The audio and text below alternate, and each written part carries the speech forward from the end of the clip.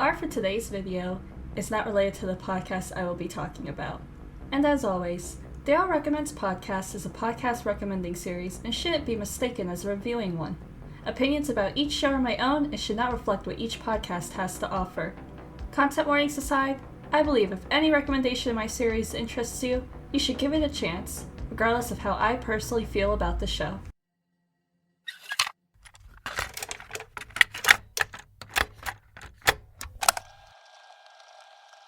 Hello, dear listener. Yes, you listening to me now. However you've come to be here, I thank you for joining me and my friends as we aim to terrify you and delight you. But before we dig in, first answer me this. Have you ever heard of the Tiny Terror's Scary Story Exchange? Have you delved into the obscure, obtuse, and obscene world in which it lives? Have you traveled to the shores of the twisted continent and tasted what dark delights it has to offer? What? D. Jeez.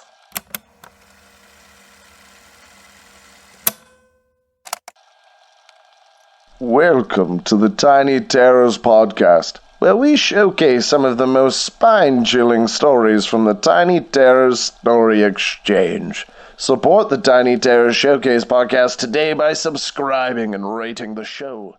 Hosted by Cole with helps from his friends Mark and Dee, the three friends share stories from the Tiny Terror Offline Exchange. In these forgotten stories, everything is not as it seems, and as they give more of themselves to these stories, something much sinister feeds. Tiny Terrors is a horror podcast created by Cole Weavers and is presented as an anthology podcast with a meta plot. Episodes come out periodically and are short, so the show is easy to catch up on. So, it is no secret that I'm a big fan of the Magnus Archives, so I'm just gonna get this part out of the way. If you're a fan of the Magnus Archives, you're probably gonna really like this show. Yeah. That's like, this is the only time I'm bringing it up, because I've seen the show compared to the Magnus Archives so many other times. I don't want to be making it be like, if you like TMA, you're gonna like this show. Which, yes, I think is true.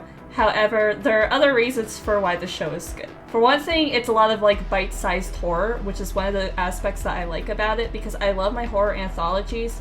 I have talked about shows in the past like Tales from the Radiator, which, although isn't a horror show, does have a couple of horror stories in it, or horror-adjacent stories in it. And other shows that I like the SCP Archives and Old Gods of Appalachia. I just like small, short horror stories. They're great. And I like ones with longer metaplots, and the metaplot for this one is really intriguing, and I love the characters in it. One of the things I love about the characters is the naming conventions of the main characters, because all of them have, or at least most of them, have names that are incredibly similar to exactly the same names as their, counterparts. And I don't want to, say, all of their names, but, D is played by Binar, Mark LeBeau is played by Mike LeBeau, who you may know from, funny enough, the Magnus Archives, and, Cole Weavers, his character is named Cole. So, I just think it's funny. And like I mentioned, Mike LeBeau is in this, and Binar from the Silverses, and I like Cole Weavers as a voice actor. This is my first show with him voicing in it.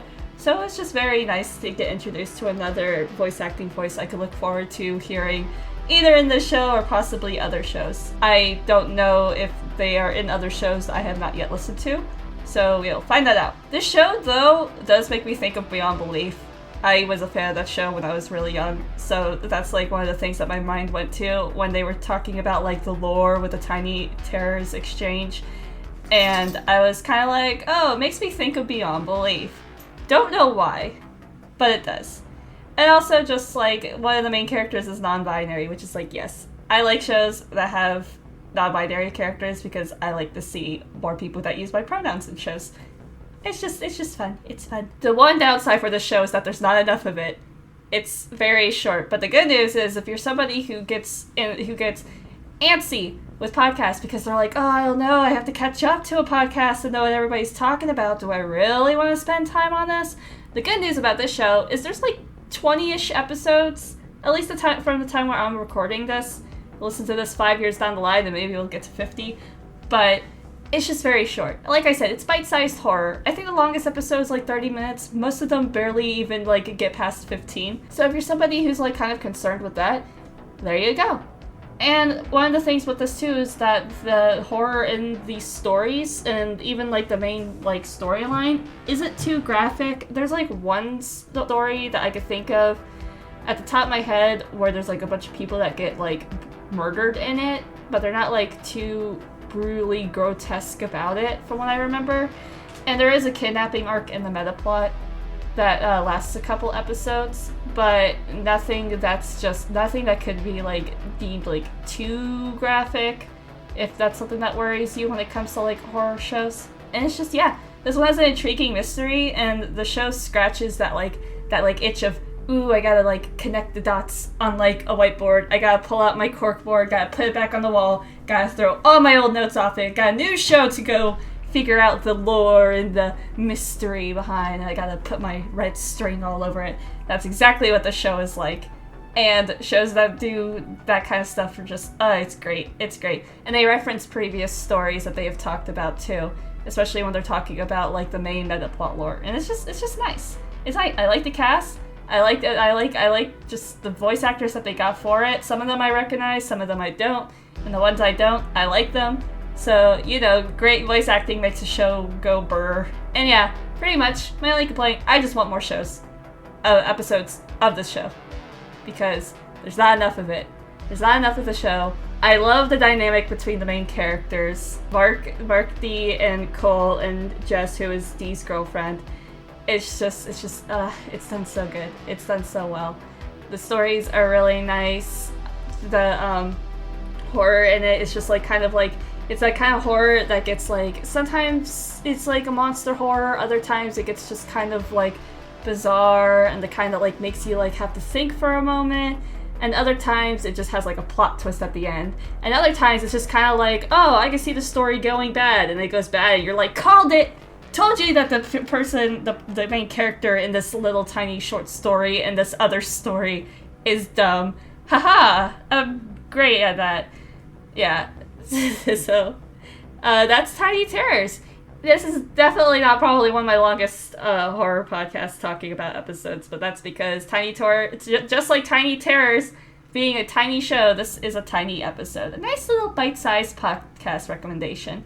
If you want some nice, good horror, something that is just good. It's good. It's bite-sized. And I am excited for newer episodes when they come out. Whenever they come out, I will be waiting for them. So anyway, I will be linking to all of the relevant sites down below, as I always do. And if you have any suggestions for podcasts for me to listen to, please leave them. I kind of have my next lineup planned already, because I am re-listening to some shows specifically for the series, but also because one specific show I do yearly re-listen to, that's coming up. So that will probably be on this recommendation site really soon. And I think people who know me long enough probably know what show that is. But I also got a new show I'm about to finish at this time of me recording this. I got other shows that people have been recommending me that have booted themselves up to being like, I think I'll probably give this a listen to next, just because so many people have been talking about it and so many of my friends have been telling me to listen to it. So I might be doing that. So, haha, if you are interested in that, that is coming up. So I hope you like that. So, and also, if you want to follow me on any social media, I put the links of it down below. I have a Blue Sky now because Elon Musk has ruined the entity that was once Twitter but is no longer Twitter. Therefore, I don't like it anymore. Yeah. So yeah, if you want to follow me on any other social media site that isn't the entity that was once Twitter but is no longer Twitter, go ahead and do that. I would appreciate it.